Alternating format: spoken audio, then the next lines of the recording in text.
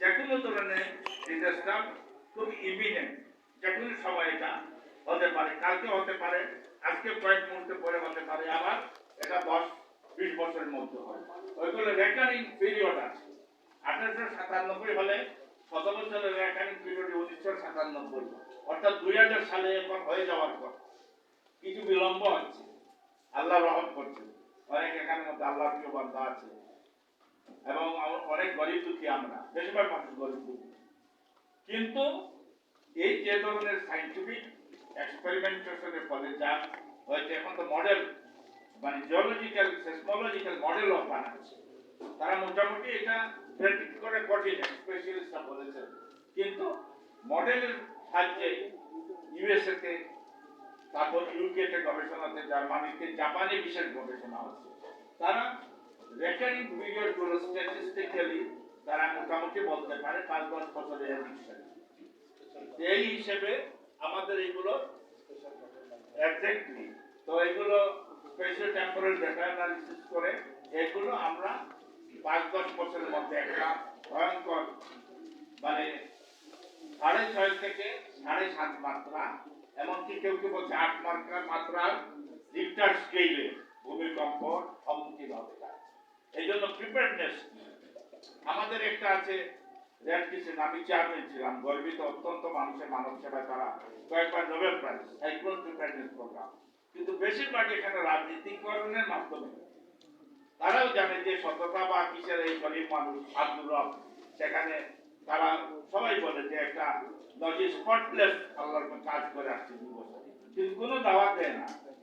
আমার ফটোটা হটিয়ে দিয়েছে, কি জন্য? বলে যে উনি তো এক বিশেষ রাজনৈতিক দলের বাবা পদ। কেয়ারটেকের সময় নিরপেক্ষভাবে রেড ক্রিসেন্টের বৈশিষ্ট্য হলো অ্যাপলিটিক্যাল, মানে নন পলিটিক্যাল। কিন্তু ওখানের মধ্যে ঘুষ আর লোভের লেলিহান জিব্বা লক করে আমি জয়জল দমন করেছি। তোরা বলছে স্যার আপনার জনপ্রিয়তা হারিয়েছেন, এত কঠু, আমাদের কিচ্ছু খাইতে দেন। এই খাওয়ানটাই হলো যে আমাদেরকে ধ্বংসের দ্বার প্রান্তে নিয়ে।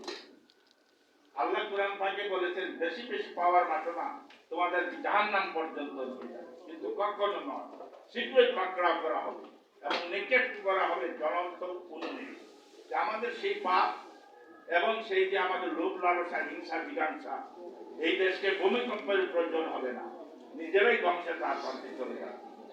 আসুন এই জাতিকে ঐক্যবদ্ধ করে আমাদের সম্পৃক্ত ফিরে আসুক, কল্যাণের জন্য ডিজাস্টার থেকে আমরা নিজেদেরকে কিভাবে প্রস্তুত করবো, প্রস্তুতিকরণ। এই যে বললেন ওয়েল কোঅর্ডিনেটেড, যে রেড ক্রিসেন্ট সোসাইটি, তারপর এখানে ফায়ার সার্ভিস, তারপর বুয়েটের যেসব ডিপার্টমেন্ট আছে, Dhaka university geography, geology department, এদের সমন্বয়ে সরকারের উদ্যোগে খুব সুন্দরভাবে আমরা একটা সমন্বিত জাতীয় ডিজাস্টার প্রিপেয়ারনেস প্রোগ্রাম করতে পারি।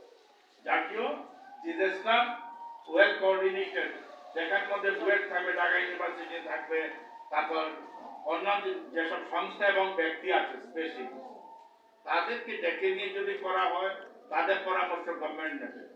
যেমন বললাম না যে ইকোনমিস্ট বাংলা সাহিত্যে পড়েছে, বাংলা সাহিত্য কবিতা দেশা কি হামারি দুঃখেরও নাহিক যে মাহ ভালো ধরা ভালো শূন্য মন্দির, তাকে নিয়ে ডিজাস্টার ম্যানেজমেন্টে সে সচিব হয়েছে, সে হলো কি এক্সপার্ট, স্পেশালিস্ট, ডাইরেক্টর।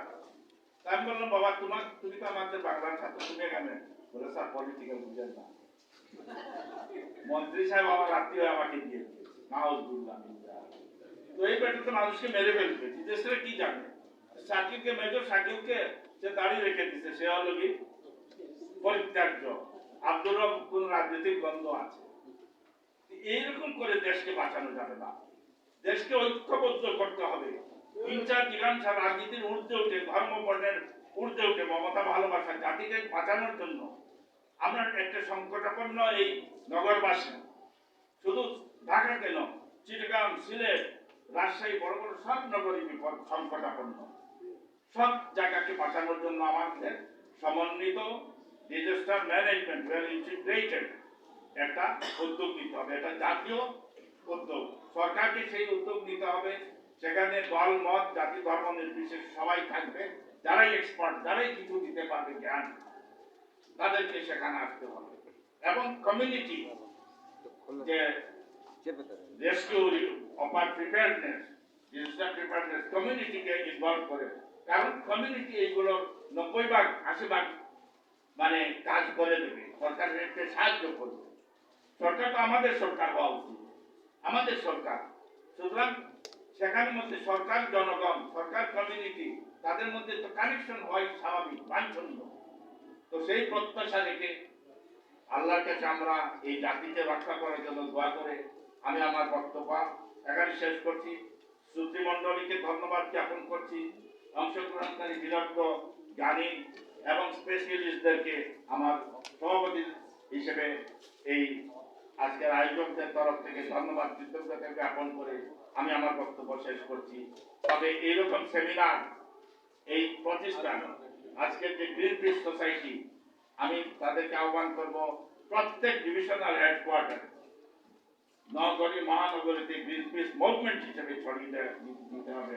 ইঞ্জিনিয়ার আলামিন সাহেব এবং এখানের মধ্যে আমাদের যেসব বন্ধুরা আছেন, হাবিজ সাহেব, ওনারা এই উদ্যোগ নেবেন। আমরা সার্বিকভাবে আমার মানে শিষ্য প্রিয়ভাজন এবং শ্রদ্ধেয় মেজর শাকিল সাহেবকে আমি আহ্বান করব এবং আমার অনুরোধ করি আরেকজন ইঞ্জিনিয়ার স্পেশালিস্ট ডক্টর জাহাঙ্গীর, তাদেরকে বলবো যে ওনাদের এই গ্রিন পিস মুভমেন্টে সবাই আপনারা ভূমিকম্প ঝুঁকি প্রেক্ষিত বাংলাদেশ সেমিনার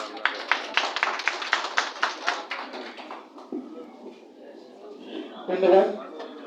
আজকের পর্বত উপস্থাপক